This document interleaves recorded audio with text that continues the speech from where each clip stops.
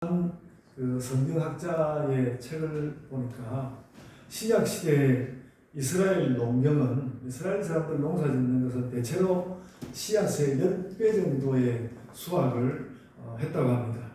그러니까 여하간 그 시대로 볼 때 30배 수확과 60배 수확도 대단히 큰 것이었고요. 100배를 수확하는 것은 요즘 흔히 하는 말로 레전드급이라는 것을 알 수 있습니다. 여러분, 구약성경 전체에서 100배 수확 이야기가 딱 한 번 나옵니다. 창세기 26장 12절 말씀인데요. 이삭이 자신이 원래 살던 곳을 좀 떠나서 남쪽 이방 그랄 땅에서 그렇게 했다는 것입니다. 26장 12절에 이렇게 적어두었습니다. 이삭이 그 땅에서 농사하여 그 해에 100배나 거두고 여호와께서 복을 주셨다. 이렇게 적어놓고 있거든요. 이삭은 이렇게 해서 좀 이방 땅으로 가서 농사를 지어서 자기의 그 삶을 살아갈 수 있는 기반을 그렇게 만들었습니다. 100배를 가지고. 이렇게 성경은 100배 수확이라는 그 말을 통해서 어떤 이 땅의 기준을 넘어서는 결실을 말씀하는 것 같습니다. 오늘 제가 설교 제목을 100배 프로젝트라고 했는데 100배가 그렇습니다. 그리고 우리 교회보다도 조금 북쪽에 있는 그 별내동에 가면 100배 교회라는 교회가 있습니다. 아주 건물을 잘 지은 교회인데요. 부엌에 대한 좀 너무 강한 욕심 같은 그런 것이 좀 느껴지기도 하지만 성경을 따라서 자신들의 뭔가 그 하나님 뜻을 따라서 확장되고자 하는 그런 뜻을 잘 나타낸 좋은 이름이라고 생각합니다. 근데 수년 전에 그 교회가 상당히 많이 힘들다는 그런 소문을 들은 적이 있습니다만은 그들 나름의 100배 결실을 이루어내기를 특별히 오늘 설교를 하면서 설교 준비를 하면서 그 교회가 100배의 결실을 거둬야 할 텐데 그런 생각도 하게 되었습니다. 오늘 말씀을 보면서 예수께서 우리에게 얼마나 소박하면서도 열정이 살아있는 꿈을 주셨는지 깨닫게 되고요. 우리도 저 100배 교회만 아니라 우리도 우리 나름의 100배 수확의 비전을 가질 수 있어야만 그런 비전을 가져야만 그것이 참 교회다. 그렇게 생각도 하게 됩니다. 저는 성경의 이 100배 수확을 100배의 열정과 100배의 진심으로 해석하고요. 오늘은 그 열정을 100배 프로젝트라는 제목에 담아서 여러분들과 말씀을 나눠보려고 합니다. 오늘 본문이 바로 끝난 그 4장 13절에 보면 오늘 바로 끝난 4장 13절에 보면 그 씨 뿌리는 비유 자체에 대한 의미, 그에 대한 예수님의 굉장히 중요한 말씀이 한마디 나옵니다. 13절에 보면 이렇게 말했습니다. 또 이르시되 너희가 이 비유를 알지 못할진대 어떻게 모든 비유를 알겠느냐 그렇게 말하였습니다. 이 말은 씨 뿌리는 비유가 다른 모든 비유보다도 가장 쉽다는 뜻입니다. 만약에 이 비유를 알지 못한다면 다른 비유도 모를 것이다. 이 비유가 가장 쉽다는 뜻으로 하신 말씀입니다. 그리고 정말로 이 비유의 말씀은 쉽습니다. 길가 그리고 얕은 돌밭 가시떨기 좋은 땅 이렇게 4가지 땅이 있고요. 4가지 땅이 있고 그것은 복음을 받아들이는 각양 사람들의 자세를 말하고 있습니다. 그리고 또 그 각각의 특성에 대하여서 4장 14절 이하에 예수님이 설명도 해 주었습니다. 그래서 길가는 사탄의 역사를 말하고 얕은 돌밭은 환난 박해 같은 그 외적인 방해고요.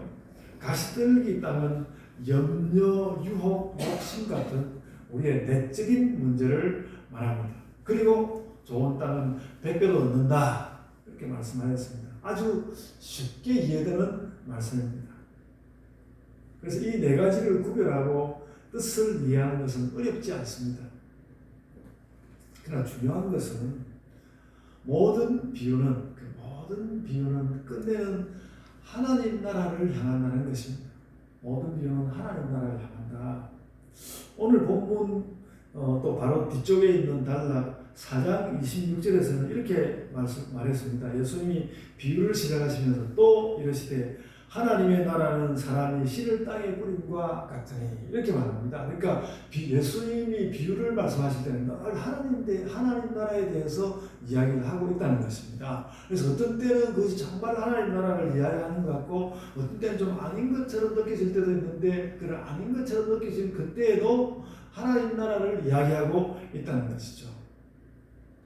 그래서 예수님은 이 비유를 말할 때 자주 지금 말하는 대로 이런 말씀을 하시는 것이죠. 하나님의 나라는 이러이러하니 그렇게 말씀을 했다는 것입니다.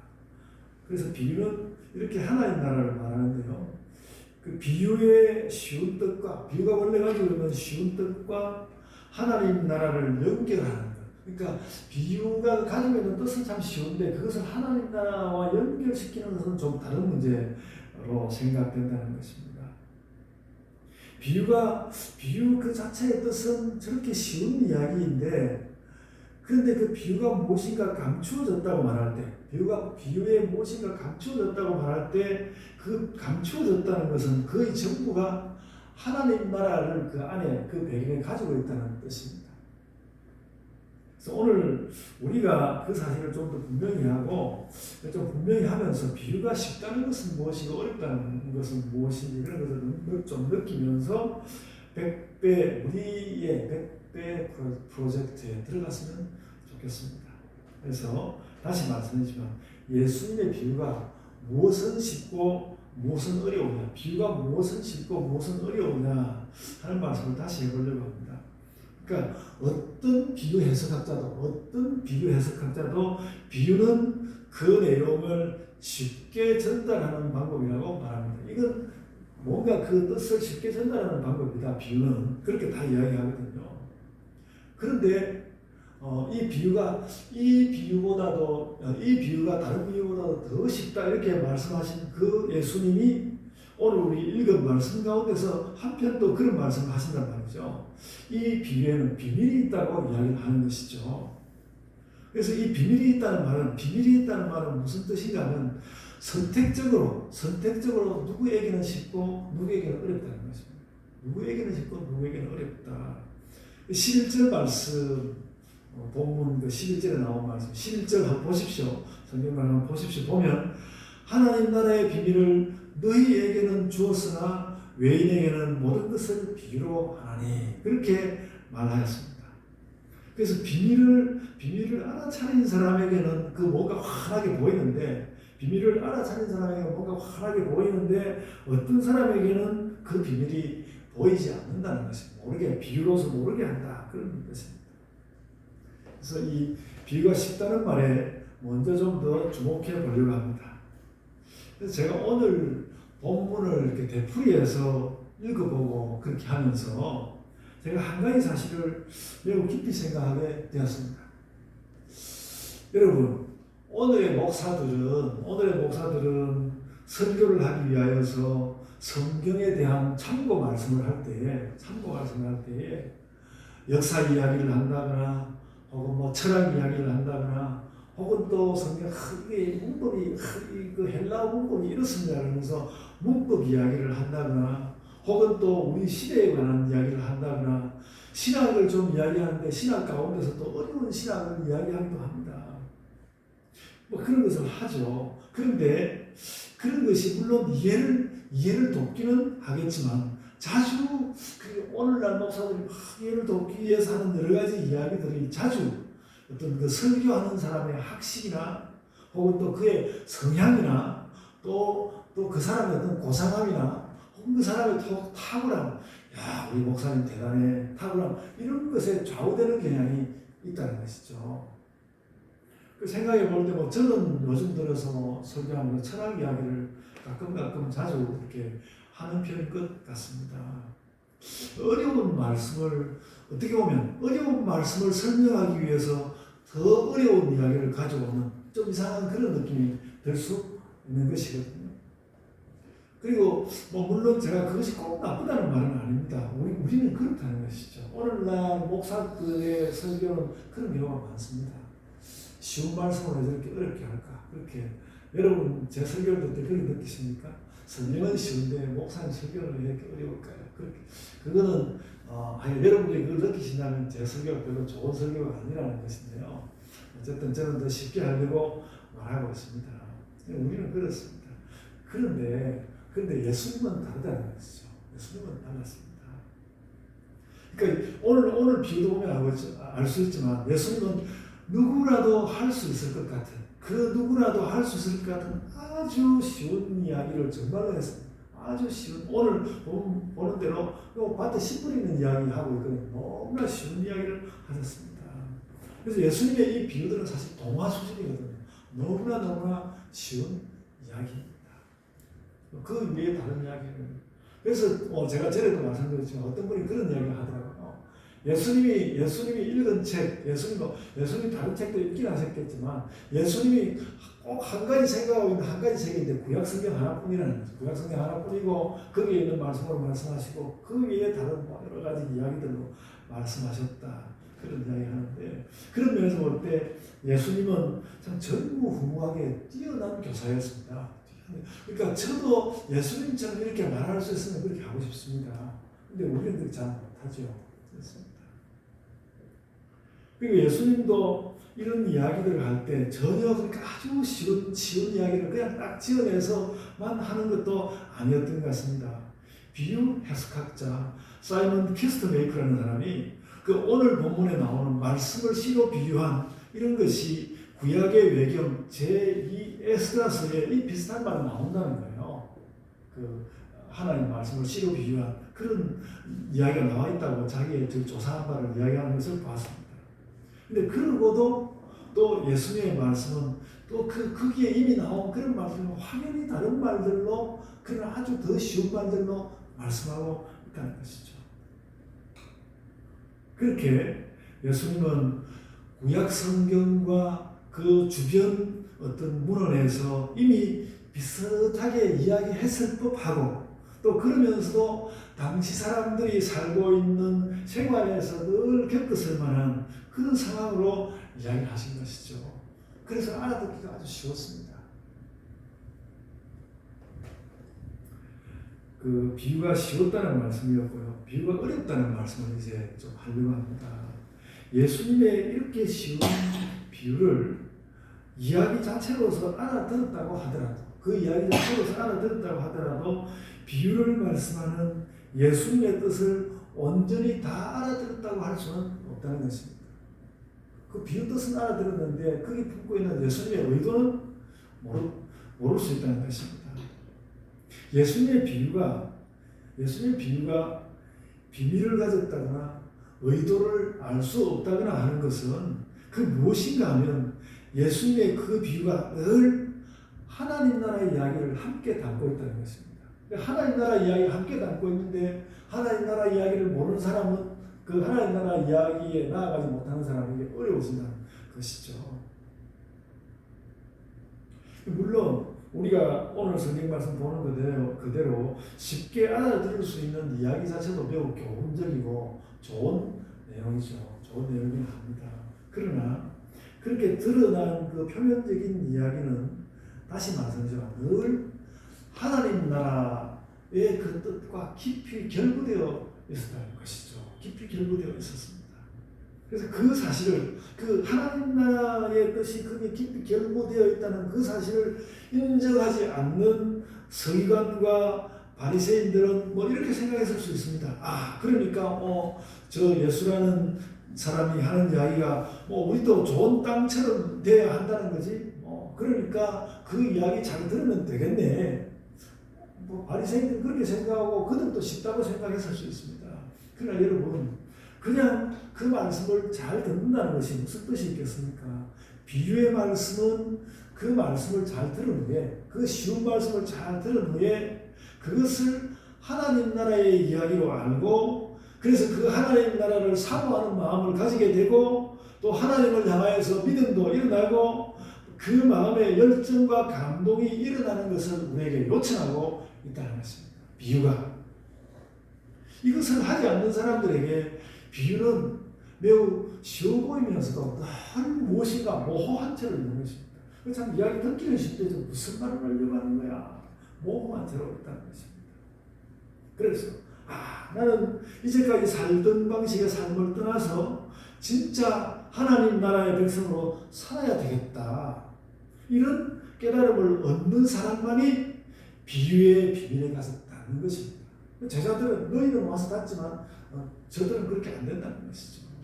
제자들은 그런 비밀에 다가갔고 바리새인들은 그러지를 못했습니다. 또 심지어는 제자들도 자주 그 하나님 나라를 오해하곤 하였습니다. 그래서 여러분, 하나님 나라가 우리에게 훅 들어오면 비유도 확 열린다는 것이죠. 그렇습니다.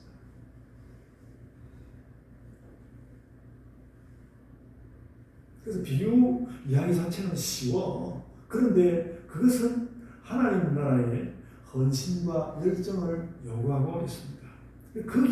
바로 거기에 동의하지 않으면 하나님 나라는 마음에 들어올 수가 없고요. 그러면서 비유는 뭔지 쉬운 것 같은데, 모호한 채로 그냥 머물러 있다는 것이죠. 어쩌면 우리가 비유가 쉽고도 어렵다는 그 말 때문에 이런 뜻을 우리도 깨닫지 못했을 수도 있습니다. 그렇습니다. 그래서 아주 단순하게 다시 한번 이야기해 보겠습니다. 네 종류의 토양이 있다는 것. 그 각 토양은 사람의 좋고 나쁨을 보여준다는 것. 그래서 나는 어떤 사람이 되어야 하겠다는 것. 금방 알아들을 수 있습니다. 그러나 그런 이야기의 끝에서 예수님은 전혀 다른 강조를 합니다. 그 말 뜻을 어느 정도 알아들었다 하더라도 그리하여서 하나님 나라가 그렇게 무성하고 결실하는 것을 알고 그래서 하나님 나라를 시인하고 확신하고 바라고 열정을 내는 것은 다른 일이라는 것이죠. 그래서 그것을 깨닫는 것이 어렵다기보다는 정말 그렇게 예수께서 그렇게 말씀하신 대로 그렇게 할 마음이 있느냐 혹은 정말 하나님 나라가 그렇다고 생각하느냐 그것에 대하여서 마음을 정하는 문제가 남아있다는 것입니다. 그래서 그렇게 하나님 나라에 대하여 그렇게 마음을 정하지 않으면 비유는 비밀이 되어버리고 마는 것입니다.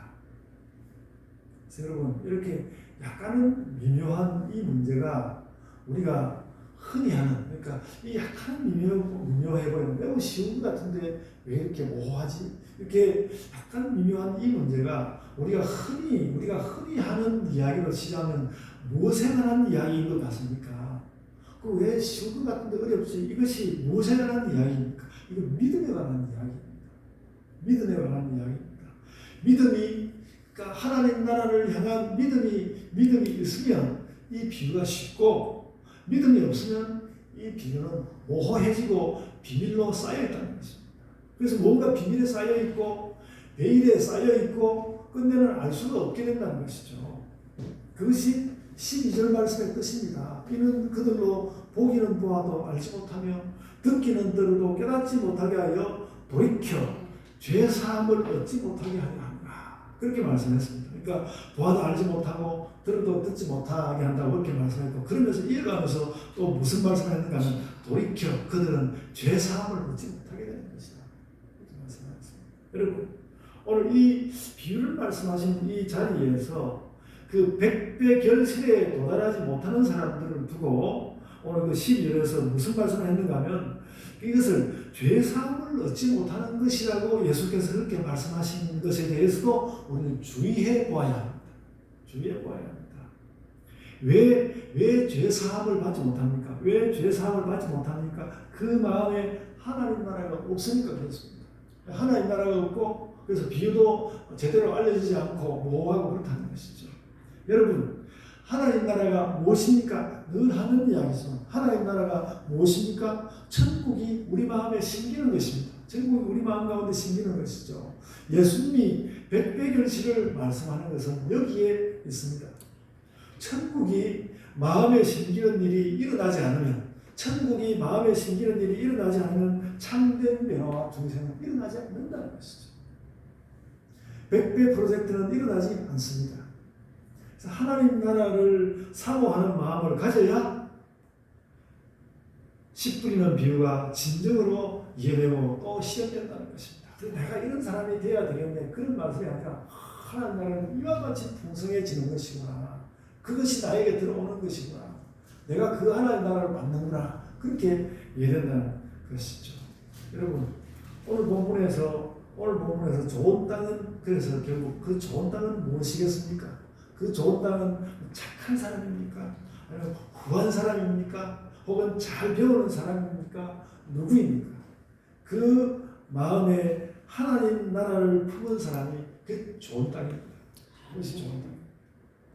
그 좋은 땅은 주변에 사탄이 설치고 또 나쁜 환경이 있고 때로 내 마음 가운데 염려와 유혹과 욕심이 뻗친다 해도 하나님 나라의 능력으로 물리치는 사람입니다.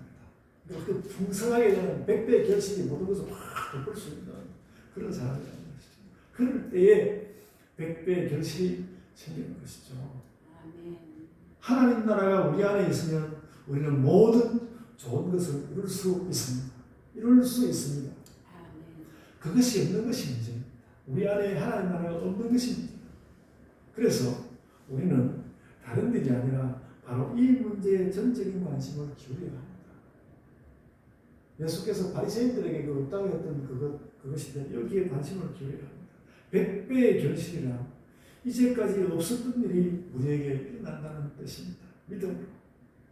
그것을 어떻게 한다는 말입니까? 내 안에 하나님 나라가 심긴다는 것이고 참 믿음을 갖는다는 것도 그런 뜻입니다. 여러분, 우리 안에 심기운 하나님 나라를 믿고 확신하시기 바랍니다. 그것이 좋은 땅이고 그런 사람에게 이 비유가 진정으로 이해되는 것이죠. 그렇게 되면 우리는 100배 프로젝트를 완성할 수 있는 것입니다. 좀 비관적으로 그런 생각을 할 수 있을 것 같습니다. 아니 지금 뭐 현재 별로 되는 것도 없는데 잘 되는 것도 하나 없는데 무슨 배짱으로 그런 말을 합니까? 나의 현실을 보는 것이 아니라 하나님을 믿는 것이죠. 예수님을 믿는 것입니다. 그리고 성령의 역사를 믿는 것입니다. 하나님 나라에 확장하는 그 힘을 우리가 믿는 것입니다.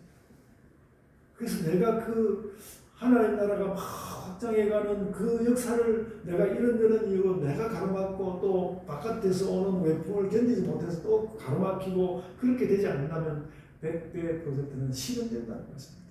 왜가 하면 대부분의 신은 좋은 땅에 뿌려지는 것이거든요. 그래서 우리는 바로 그 100배 프로젝트의 길을 가고 있고 우리는 이미 그 100배 프로젝트의 길을 가고 있고 우리 서로가 동지라는 것입니다. 그 일에서 100배 프로젝트의 동지다. 그런 것을 알아야 하겠습니다. 여러분, 제가 제 자신의 이렇게 설교하고 제 자신의 성향을 이야기하는 것은 별로 하나도 중요하지도 않습니다. 그래도 그런 이야기를 좀 해보려고 하는데요.